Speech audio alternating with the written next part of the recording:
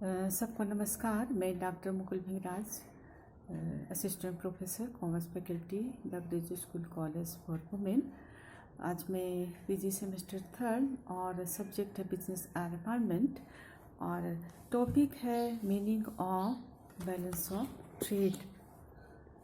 व्यापार संतुलन से अर्थ। व्यापार संतुलन से अर्थ जो है वह है देश के आयात अर्थात कि इंपोर्ट और निर्यात अर्थात एक्सपोर्ट के व्यापार से है।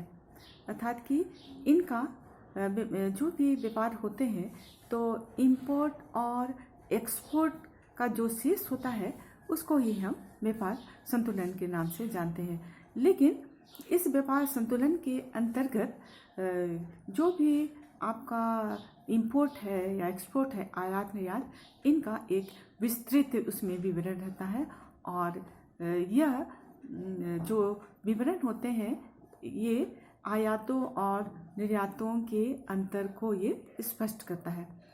यदि किसी देश के आयातों का मूल्य कम और निर्यातों का अधिक होता है तो ऐसा अंतर अनुकूल व्यापार संतुलन फेवरेबल बैलेंस ऑफ ट्रेड कहलाता है। लेकिन जब आयातों का मूल्य अधिक और निर्यातों का मूल्य कम होता है तो ऐसा अंतर प्रतिकूल व्यापार संतुलन अर्थात कि अनफेवरेबल बैलेंस ऑफ ट्रेड के नाम से जाना जाता है।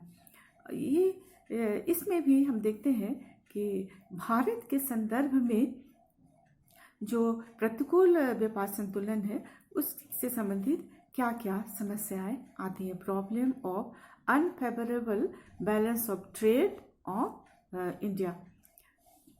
ये इसमें एक असंतुलन के मुख्य कारण हम इस प्रकार से इसको बतला सकते हैं। इस प्रकार से है, नंबर 1, खाद्यान्नों एवं अन्य कृषि पदार्थों का आयात। जैसे स्वतंत्रता प्राप्ति के पश्चात खाद्यान्नों और अन्य जो भी कृषि से संबंधित पदार्थ हैं उनकी कमी बनी रहती है। आमतौर पर हम देखते हैं कि इसकी कमी बनी हुई रहती है और इसकी पूर्ति के लिए भी इसको भारी मात्रा में आयात करना पड़ता है।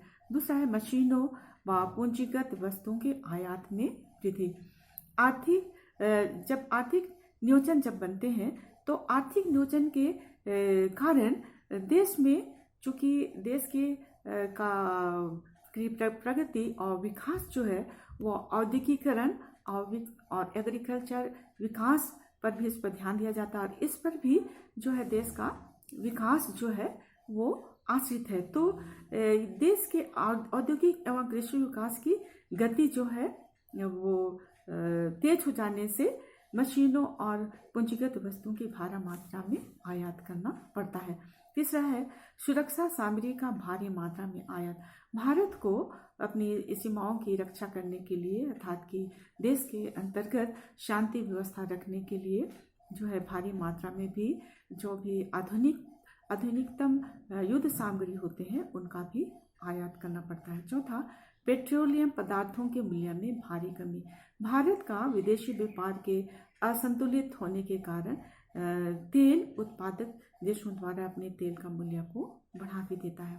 पांचवा, आशा के अनुरूप निर्यात व्यापार में वृद्धि न होना।